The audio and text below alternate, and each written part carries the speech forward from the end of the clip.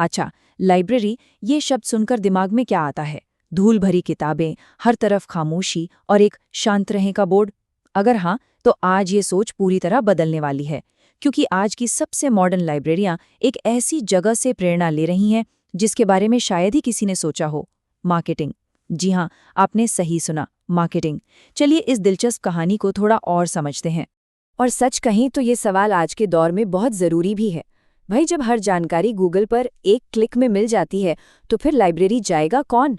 यही वो सवाल है जो आज लाइब्रेरियों के वजूद की जड़ में है, क्योंकि उन पर दबाव पहले कभी इतना नहीं था। और ये दबाव कोई मामूली नहीं है। एक तरफ बजट कम हो रहे हैं, दूसरी तरफ इंटरनेट से सीधी टक्कर है जो सब कुछ मुफ्त और तुरंत देने का दावा करता है। ऊपर से लोगों को अब सिर्फ किताबें नहीं बल्कि हाईटेक सर्विसेज चाहिए। तो ऐसे में कोई लाइब्रेरी कैसे साबित करे कि वो आज भी उतनी ही जरूरी है? तो चलिए देखते हैं कि आज हम क्या क्या समझने वाले हैं। पहले देखेंगे कि लाइब्रेरियों की दुनिया कैसे बदल रही है, फिर मार्केटिंग के असली मतलब को जानेंगे और ये कैसे लाइब्रेरी के मूल सिद्धांतों से ही जुड़ा है। इसके बाद कुछ प्रैक्टिकल तरीकों पर नजर डालेंगे और आखिर में यह सब हमारे लिए क्यों मायने रखता है, इस पर बात करेंगे। तो सबसे पहले बात करते हैं बदलती दुनिया में लाइब्रेरी की। देखिए, अब सिर्फ किताबों का गोदाम बने रहने से काम नहीं चलने वाला। अगर जिंदा रहना है और आगे बढ़ना है, तो उन्हें इस नई दुनिया के साथ कदम से कदम मिलाकर चलना ही होगा। अब आते हैं दूसरे पॉइंट पर, मार्केटिंग, जो बेचने से कहीं बढ़कर है। देखिए, मार्केटिंग शब्द सुनते ही ना दिमाग में अक्सर सेल्स टारगेट और टीवी एड्स ही आते हैं, है ना? पर यहाँ लाइब्रेरी की दुनिया में इसका मतलब कुछ और ही है। और यहीं पर सबसे बड़ी गलतफहमी होती है। मार्केटिंग को लेकर इतने सारे मिथक हैं कि भाई ये तो सिर्फ बेचने के लिए है, विज्ञापन के लिए है या बस पैसा कमाने के लिए है। लेकिन असलियत तो बिल्कुल उल्टी है। लाइब्रेरी के लिए मार्केटिंग का मतलब है लोगों की ज़रूरतें समझना, उनके लिए कुछ वैल्यूएबल बनाना और एक मजबूत रिश्ता कायम करना। यहाँ तक कि अमेरिकन मार्केटिंग एसोसिएशन की परिभाषा भी यही बात कहती है। ध्यान से देखिए, इसमें बात हो रही है वैल्यू यानी मूल्य बनाने की, कम्युनिकेट करने की और रिश्ते बनाने की।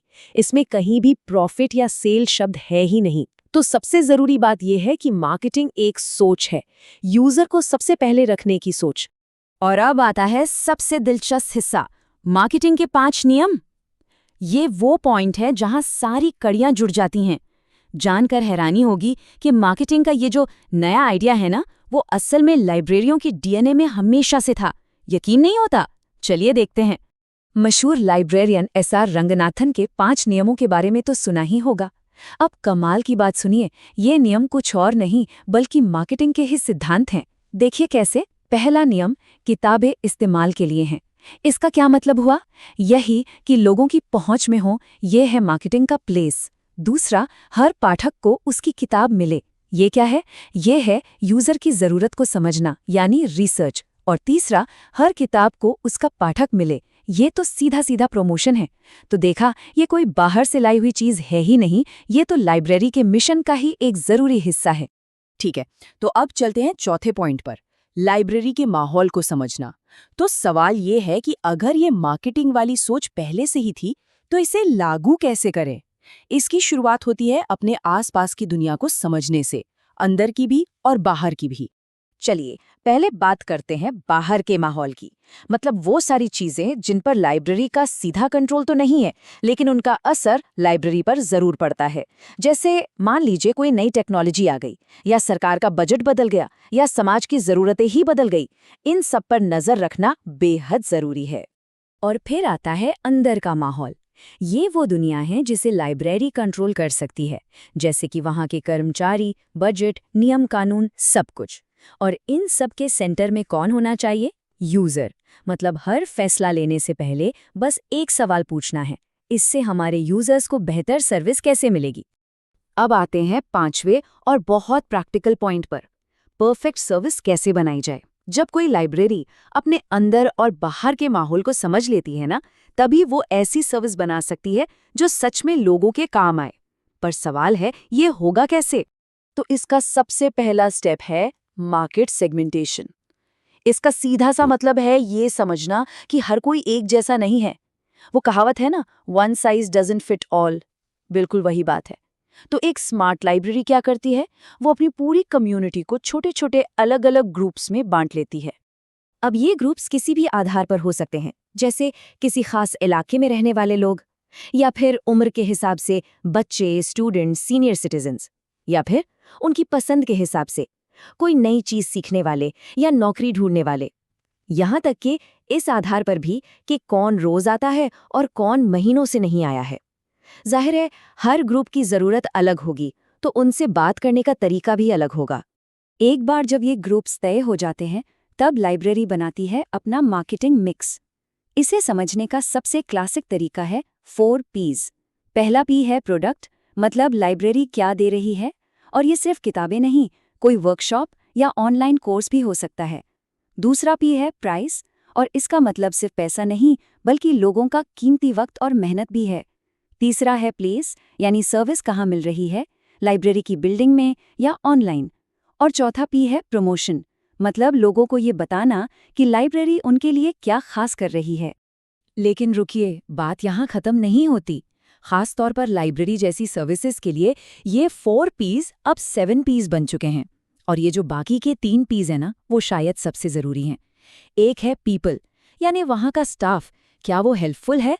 फिर है फिजिकल एविडेंस, मतलब लाइब्रेरी की बिल्डिंग कैसी दिखती है, वेबसाइट कैसी है, क्या वो एक अच्छी फील देती है?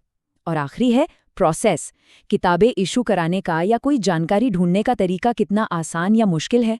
ये सारी चीज़ें मिलकर ही एक अच्छा या बुरा एक्सपीरियंस बनाती हैं। और अब आते हैं सबसे आखिरी और सबसे ज़रूरी सवाल पर। ये सब जानना हम सब के लिए ज़रूरी क्यों है?